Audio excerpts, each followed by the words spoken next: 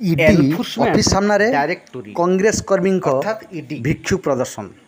ତେବେ କଂଗ୍ରେସ କର୍ମୀଙ୍କ କାର୍ଯ୍ୟାନୁଷ୍ଠାନ ଭିକ୍ଷୁକୁ ପ୍ରତିବାଦରେ ଧାରଣାକୁ ରୋକିବାରେ ଅସମର୍ଥ ହୋଇଥିବା ଦେଖାଯାଇଛି ଓଡ଼ିଶା ପୁଲିସ। ତେବେ ଇଡି ଜାତୀୟ କଂଗ୍ରେସ ସାରା ଭାରତରେ ଇଡି କାର୍ଯ୍ୟାଳୟ ଆଗରେ ଆଜି ଭିକ୍ଷୁ ପ୍ରଦର୍ଶନ କରିଛି, ତାର ଶକ୍ତି ପ୍ରଦର୍ଶନ କରିଛି।